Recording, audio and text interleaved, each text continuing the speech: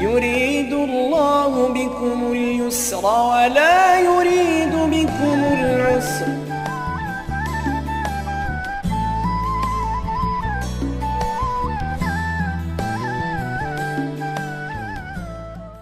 بسم الله الرحمن الرحيم. الحمد لله رب العالمين، والصلاة والسلام على سيدنا وحبيبنا محمد وعلى آله وأصحابه أجمعين. مسلمانانی بەڕێز، خوای پەروەردگار بۆ ئەوەی درێژە بە ژیان بدرێ لەسەر زەویدا، هەموو مرۆڤێک سروشتی وایە پێی خۆشە پێی بوترێ تۆ جوانی، هاوسەر و هاوژینت جوانە، ماڵەکەت جوانە، مناڵت جوانە، بەرهەمت جوانە. ئەمە سروشتی هەر یەکێک لە مرۆڤەکانی سەر زەویە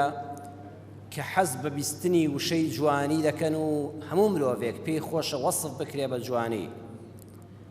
سەرچاوەی جوانیەکانیش خوای پەروەردگار خۆیەتی سوبحانەه وتەعالە. لە حەدیثێکی ئیمام موسلیمە پێغەمبەری خوا صلی الله عليه وسلم فەرموویەتی: إن الله جميل يحب الجمال. خدا خۆی جوانە، جوانترینی شتەکان ذاتی پەروەردگارە، جوانەکانیشی خۆش دەوێت، شتە جوانەکانیشی خۆش دەوێت.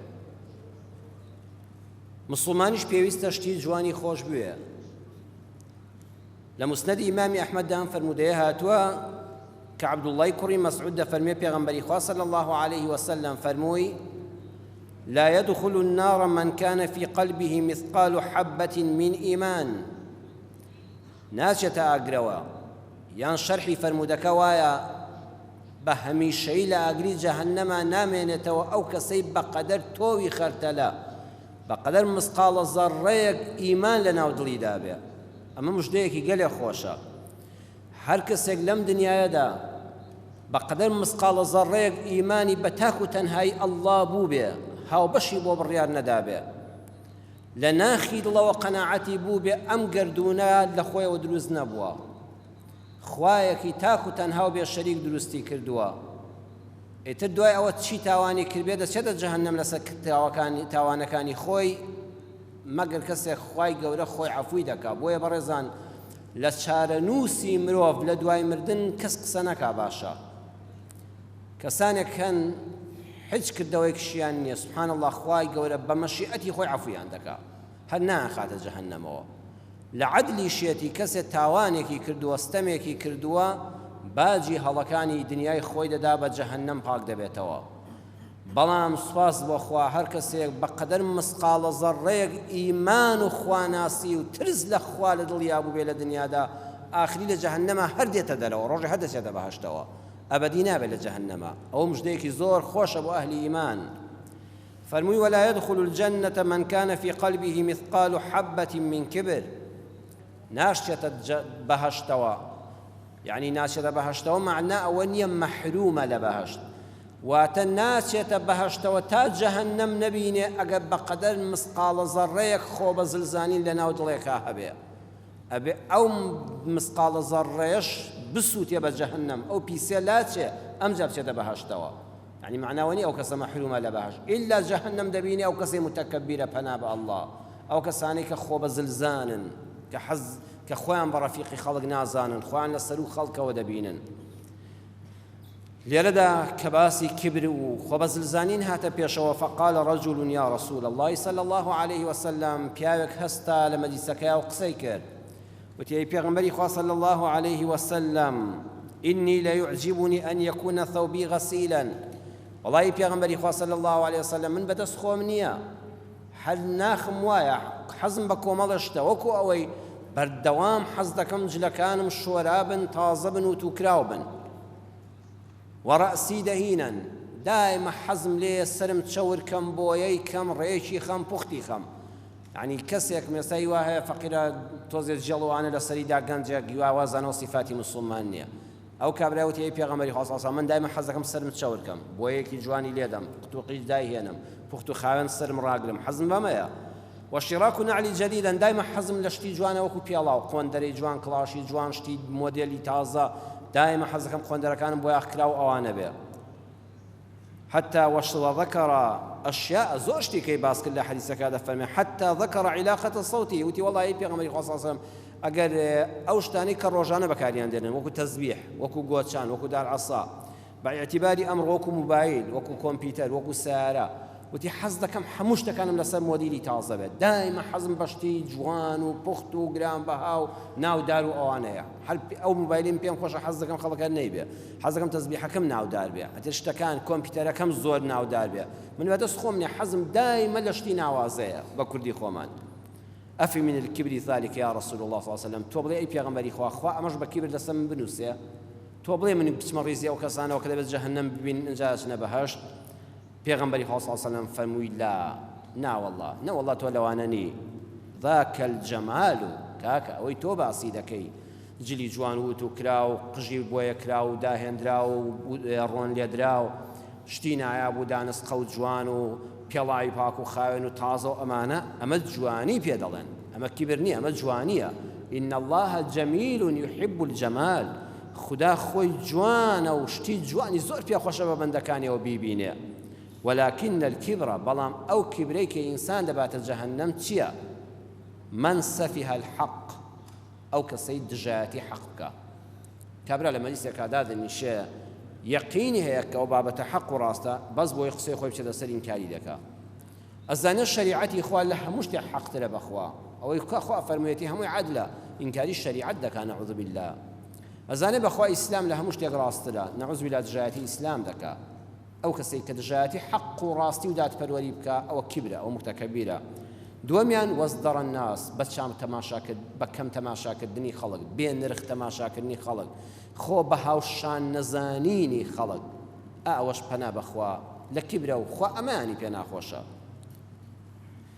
تنانەت پێغەمبەری خوا صلی الله عليه وسلم لە باسی جوانیدا باسی ئەوەی کردووەیەکێ لە صفاتەکانی هاوسەر کە ئینسان دەستنیشانی دەکات بۆ هاوسەری و هاوژینی خۆی بریتە لە جوانی دەفەرمێت لە حەدیسی بوخاری مسلمە تنكح المرأة لأربعين أفرد كذا خوازري للايم بياو سرنجي رادش يشري لبرچوارشتا لمالها لبروي دولمندا ولحسبها لبروي خاوني ابن ماضيا وجمالها لبروي جوانا سماي جوانا ولدينها لبروي دين دارا فاظفر بذات الدين تربت يداك تو دين دارا كان هالبجيرات بيكاوتا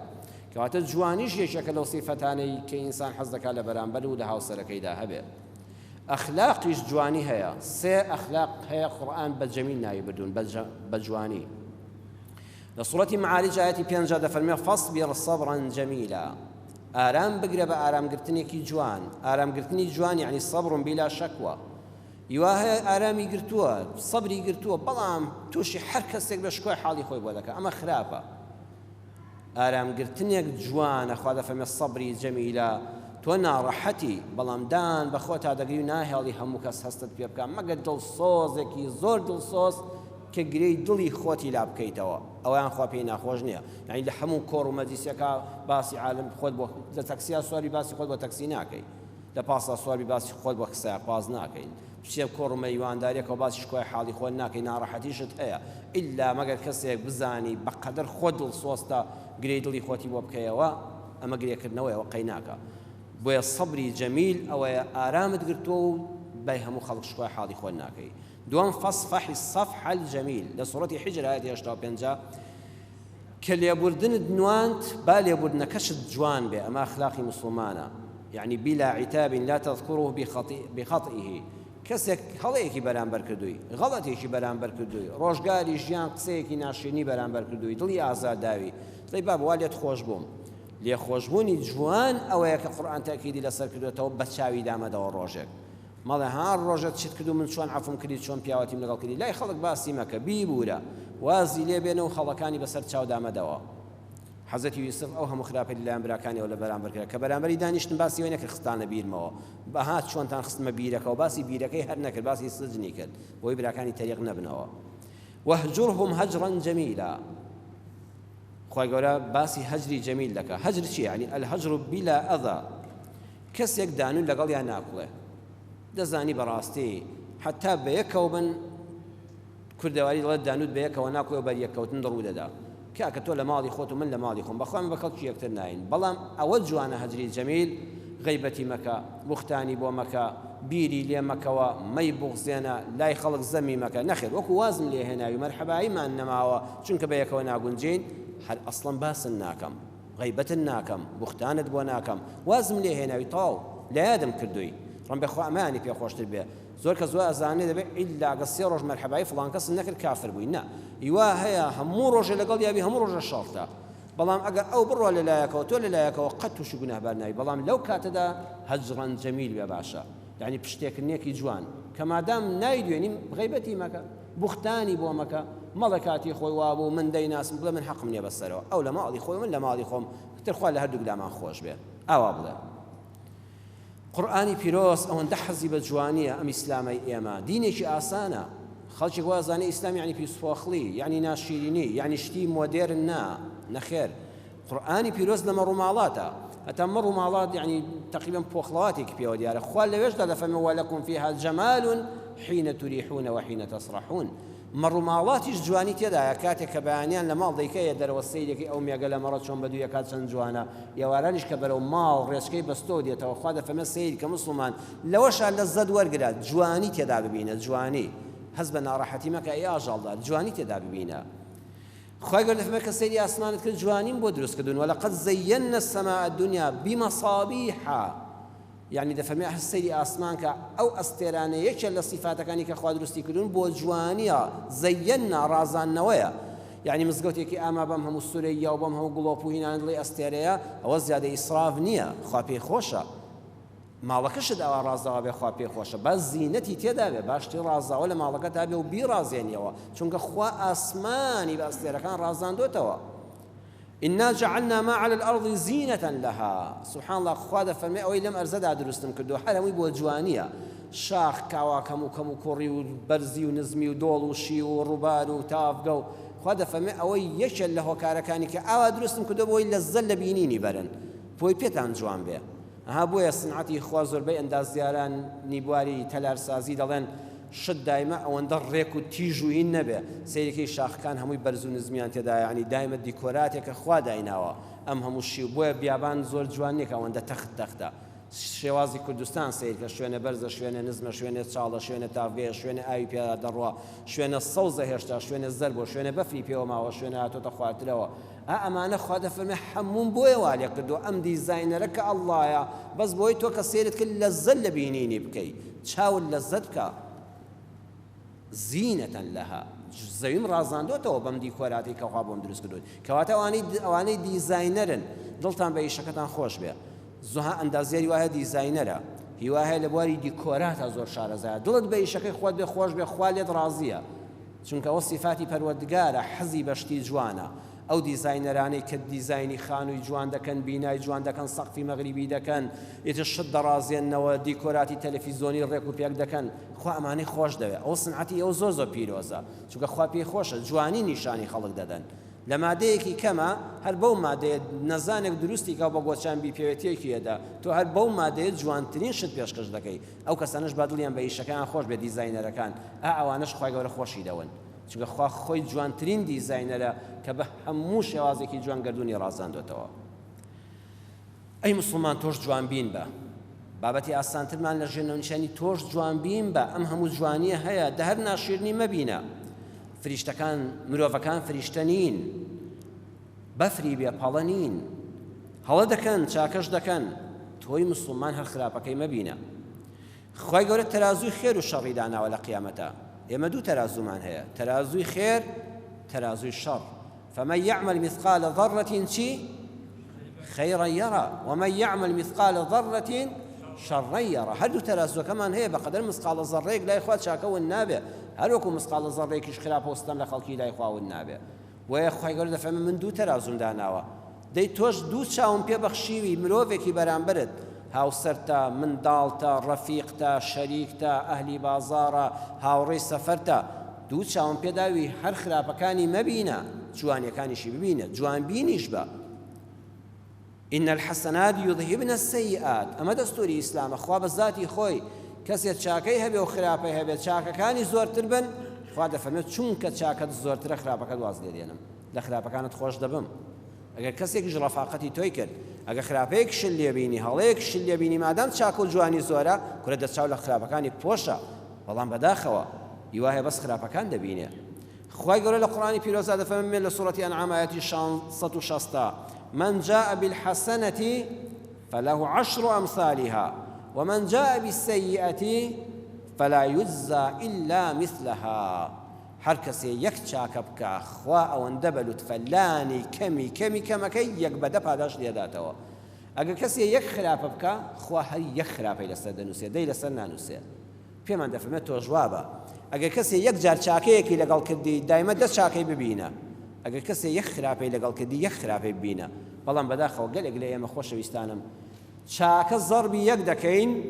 خراپە زەربی دە دەکەین کابرا دە چاکە لەگەڵا بکە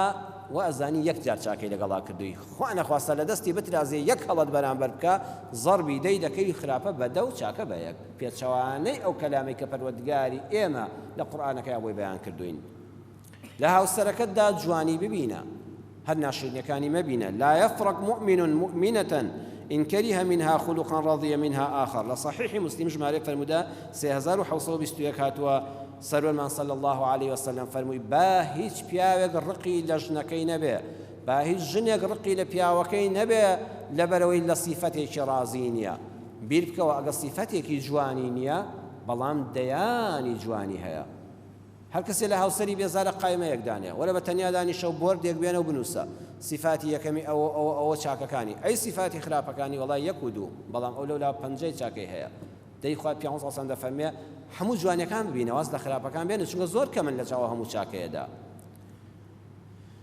پیاو چاکێک هەبوو لە زمانی خۆیدا پیاوێک چوو بۆ لای وتی پرست پێ دەکەم ژنەکەم تەلاق دەدەم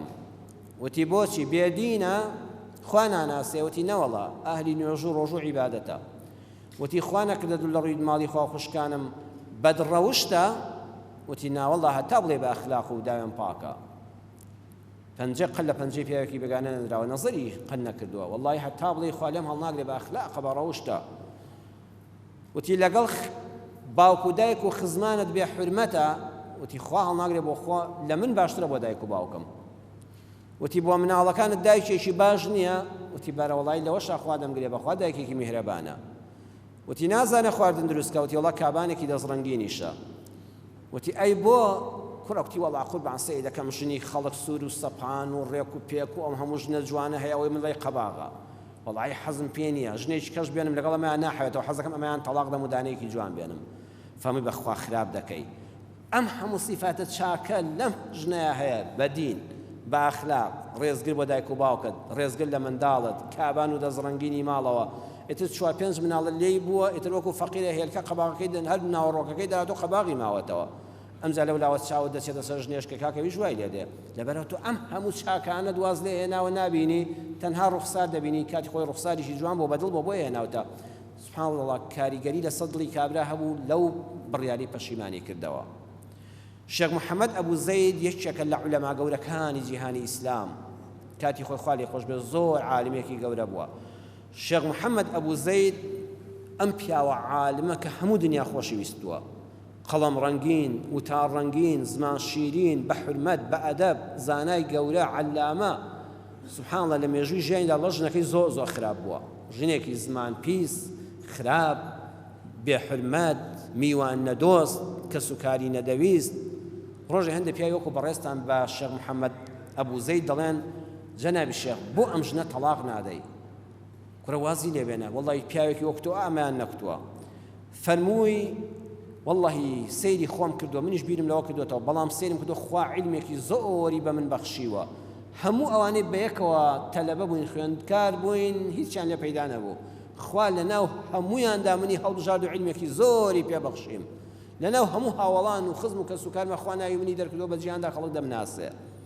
خوای گەورە لەشی ساخ کردن و سوپاس بخوا هیچ نەخۆشیێکم لە لەشانیە بیرم لەوە کردوێتەوە سبحان الله هەموو عولەماکان زۆریان دەستکرد بوون من ماڵ و سەروەتێکی زۆری خوا پێداوە محتاج بە خوا نەبێ بە کەس نیم بازرگانم شەریکاتم هەیە هەر وەکو خزمەتی علومی شەرعیش دەکەم بەڵام بینم کردوێتەوە خوای گەورە لەناو ئەو هەموو چاکەدا کە بەسەر منەوە هەیەی ژنەکەی خراپ کردوم ئەڵم لەوە چێت نەمتوانی بە سوپاسگوزاری ئەو هەموو چاکەی خوا بم بۆ سڕینەوەی ئەو گوناهانم خوا ئەمش نەخرافی بەنسیب کردم خوا بەدێکاتە کەفارەتی گوناهەکانم خۆشمی پێڕادێنم لە سەد سەبر دەچمەوە سەلام دەکەم جواب ناداتەوە دەچمەوە من لە بەیانێەوە لە دەرس و دەور و ماندووبوون و علم و نووسین سێکم چێشتێکی ئامادە نەکردووە ڕادێم لەسەر سەبر و تەحەمل خۆم ڕاهێناوە بەهۆی ئەوە فێری دەرسی سەبر و تەحەمل بووم ئەمجا تەڵاقی دەم تووشی کەسێکی تر دەبێ بەخوا من خۆم دەیناسم کەس لەگەڵی ئیدارە ناکا من نەبێ ئەڵم با ئەم بەڵایە تووشی کەسێککە نەبێ بەخوا لای هەر کەسێ بە ڕۆژی دووجار دارکاریشی یەکە بەڵام من حرمەتی دەگرم من چکە پیاوێکی خاوەن حرمەتم با ئەم ئافرەتەش لای کەسێشکە ئازار نەخوا با کەسێشکە بەهۆی ئەم ئافرەتەوە ئازار نەخوا لەبەر ئەو بڕیارم داوە دنیا هەر کۆتایی پێدەی ئەم چەند ڕۆژەیە سەبر دەگرم و پاداشتیش لەخوا داوا دەکەم دەفەرموون سبحان الله چەند ساڵێکی پێچوو ئەم ئافرەتە لە کتوپڕا گۆڕا بوو بە یەکێک لە ئافرەتە هەر نەرمونیان و بەڕێزەکان بەرامبەر شێخ محەممەد ئەبوو زەید خوای گەورە بۆی گۆڕی ئەم چونگە سەبری کرد جوانیەکانیشی بینی فەزلی خوای بەسەر خۆیەوە بینی خوای گەورە و ئەصلحنا لەه زەوجە ژنەکەشی بۆ چاک کرد چاکی کرد و ڕەفتارە خراپەکانیشی سبحان الله چاک بوون حەزەتی عیسا پێغەمبەر سەلامی خوای لەسەر بێ ئەو زاتە گەورە ئەو پێغەمبەرە ئولو العەزمە ڕەحمەتی خوا و بەرەکەتی خوا لە سەر عیسای کوڕی مەریەم لە خۆی و لە مەریەمەی پاکداوێنی دایکی بێ لەگەڵ کۆمەڵە لە حەواری و هاوڕێیانیدا بەلای ئاژەڵێکی مندارەوە بوو داڕۆیشتن ئاژەڵەکە بۆگەنی کردبوو دوو لە ڕووتان و ماڵی خواها بۆگەنی کردبوو بمزنێک مندار بوو بۆەوە کە ڕۆیشتن بەلایدا تەماشایان کرد بۆنێکی زۆر پیسە هەموو لوتیان کرد یەکێوتی پەح بۆنی پیسە یەکێوتی چۆن کرم لێی داوە حەزەتی عیسا فەرمووی بەڵام بەخوا دانەکانی سپی و جوانن وتیان قوربانەوە چی سەی دانی کرد فەرمووی ئێوە هەر باسی ناشرینیەکانی دەکەن بۆگەنی وایە و کرم لێی داوە ئەوایە ئەی بۆیە هاجا بزنەکە دەمیدا پسڕا بوو دێوەدان لێگەوەکانی لێبوونەوە فەرمووی ئەو دانە سپی سۆڵانەی بۆ باز ناکەن ئەی دە جوانێکی شتیا بینن بابە لە ئاژەڵی مندارەوە بوو بۆگەنیش داشتێکی جوان هەر هەیە فێر مەبن بەس ئەو پێغەمبەرە ئولو العەزمە ئێمەی فێر کرد هەر ناشرینی مەبینە هەر ناشرینی مەبینە لە ناو کۆمەڵێن ناشرینیشدا دڵنیا بە جوانیەک هەر هەیە دەتۆ فێر بە ئاماژە بە جوانیەکە بکە هەر چاول لەسەر ناشرینیەکە نەبێ زانانی ئێمە عولەمانی ئێمە دایمە جوانبین بوون دایمە دەروونێکی گەوریان هەبوو ژیانیان بەلاوە ئاسان و ئاسانتر بوو پەرداخێکیان ببینایە نیوەی بوو دەیانگوت ئەم پەرداخە نیوەی پڕە بەڵام کەسانێشکە بە عەکسیەوان دەیانگوت ئەم پەرداخە نیوەی بەتاڵە هازی وا هەیە نیوەی پڕە لەگەڵ نیوەی بەتاڵە کەسانێکن کە پەرداخی دەبینین نیوەی تێدا کوڕکاک خۆ نیوەیە نیوەی بەتاڵە بەڵام ئەوڵێ نیوەی پڕە ئەوەی دەڵێن نیوەی پڕە جوانترە لەگەڵ تەعامل لەگەڵ خەڵکە کاکە کەسێک سیفاتێکی باشی هەر هەیە ئەگە بێدینیش بێ ئەمە قسەی کۆتایی ئەم زنجی ئەم وتارەمانە جوانیەکانیش ببینە دکتۆر عومەر عەبدولکافی بانخوازی بەناوبانگی جیهانی دەڵێ من تەلەبەی شێخ محەممەد متەوەلی شەعراوی مفەسیری گەورەی قورئان بووم ڕۆژێک شێخ محەممەد متەوەلی شەعراوی فەرمووی هەستە عومەر با بچین بۆ ماڵی فڵان کەس وتم قوربان بۆچی لە خزمەتام فەرمووی بازرگانێکی عەرەق هەیە بازرگانی عەرەق نادی عەرەق فرۆشتنی هەیە و عەرەق فرۆشە لەگەڵ ژنەکەی کێشەی هەیە و ژنەکەی تۆراوە چۆتەوە ماڵی باوکی با بچین دوو قسەی خێری تیا بکەین و بۆی بێنینەوە وتم دەتخوا وەرە ئەم پیاوە چەند دڵی سافە کابرا بازرگانی عەرەقە یاخوا ماڵ و مناڵی تەفروت و نادەوە من حەقم شێ بەسەریەوە ئەڵێ وتم کوڕە وەڵای قوربان حەزم لێ نییە فەرمووی نە وەرە عومەر با بڕۆین منیش لەبەرەوەی مامۆستام بوو وەڵا چووم و قسەی بۆ کرد و کوڕە کابراوکی مامۆستا جەنابی مامۆستا شێخ محەممەد متەوەلی شەعراوی تۆ قسە لە کەسێ بکای ڕەن ناکرێتەوە بەڵام ئەم پیاوە باش نییە فەرمووی نا بۆ خوایە بەوەی نییە بازرگانی عەرەقە و بێدینی دەکا و کەسابەتی هەمووی حرامە پیاوێکی بە حرمەتەکە لە ڕێگات تووشت دەبێت وەندە بە جوانی سەلام لێ دەکا پیا و تەریق دەبێتەوە ئەوەندە سیفەتەی بینی بوو کە لە ڕێگات تووشت دەبێت زۆر بە احترامە بەوەی نییە بازرگەوەی نوێژ ناکات جومعە ناکات ڕۆژ و ناگرێت نایەتە مزگە و کاسبی حەڵاڵ ناکات نادی ئەیە بەڵام یەک سیفەتی جوانم تێدا بینیوە کە لە ڕێگات لە گەڕەکە دێتە خوارەوە دراوزەیە مزگەوتە مەرحەبایەکەی جوانە فەرمووی ئەو سیفەتەی جوانە لەبەرەوە با ماڵ و حاڵی دێت یەک نەچێت ئەمجا فەرمە کە هاتینە دەرکتم بەخوا ئەگەر شێخ تۆ لە دڵی خۆماوەتم ئەگەر شێخ لەبەر خاتری تۆ نەبووە بە حەیاتی من تەداخولی کاری وا ناکەم دەفەرمە کە هاتین دەستی خستە سەر شان و فەرمووی عومەر وتم بەڵێ قوربان فەرمووی لەبەر خاتری من کار مەکە لەبەر خاتری خوا کار بکە دڵت بۆ خوا یەکلایکەوە با بۆ من نەوێ بۆ خوا بێ ئەڵەوە ژێکێک لە کەراماتی شێخ بوو خۆ من هیچم نەوت بوو من لە دڵی خۆماوەتم بەخوا لەبەر تۆ هاتم ئەینا قەت شتی وا ناڵم فەرمووی با کارەکە لەبەر خوا بێ سەیری ئەو زاتە ئەو مفەسیری گەورەی قورئانە لەو پیاوە بە هەموو صیفاتی بێدینی و خراپیەوە کە کۆمەڵگاشی فەساد کردووە یەک صیفاتی جوانی بینیوە لەبەر خاتی صیفاتە جوانەکەی کارێکی چاکی بۆ کردووە ئەم دینە لەکوێ ئێمەش زۆر کەسەیە دوور کات شەو نوێژ بکات تەواوی عالمی پێ فاسقە هەر کورە خۆی بە ڕەفیقی کەس نازانێ با بە من چۆن سەلام لە فڵان کەس بکەم ئەوە سونەت ناکە ئەوە زەحمەتە بە ڕۆژوو بێ ئەوە خوا دەزانێت کچەکەی سفورەیانە ئەو زاتە گەورەش مفەسیری هەموو قورئان علامە شێخ محەممەد متەوەلی شەعرایی بەرامبەر بە کابرایەک نەک عەرەق خۆرە عەرەق فرۆشە نادی هەیە ئاوا سیفەتێکی جوانی تێدا دەبینێت کە مەرحەبایەکی گەرم لە خەڵک دەکات با لەبەر ئەو سیفەتە جوانی چاکەکانیمان لەبەر چاو بچین کێشەکەی چارەسەرکەین ئەمە ئیسلامی ئێمەیە ئەوە نمونەیە و کەسانەیە کە لە قورئان و سونەی صحیحی پێغەمبەر صلی الله علیه و سلم تێگەیشتون جوانیەکان دەبینن چاویان هەل لەسەر ناشرینیەکان نییە خوا هیدایەتی منیش و ئێوەش بدا یا ڕەبی خوایە چاومان ڕۆشنکەی زۆری صیفاتە جوانەکانی یەکتر ببینین چاومان بپۆشین لە صیفاتە خراپەکانی یەکتر و خوا هیدایەتی هەموو لایەکمان بدا ئامین ئامین والحمد لله رب العالمین يريد الله بكم اليسر ولا يريد بكم العسر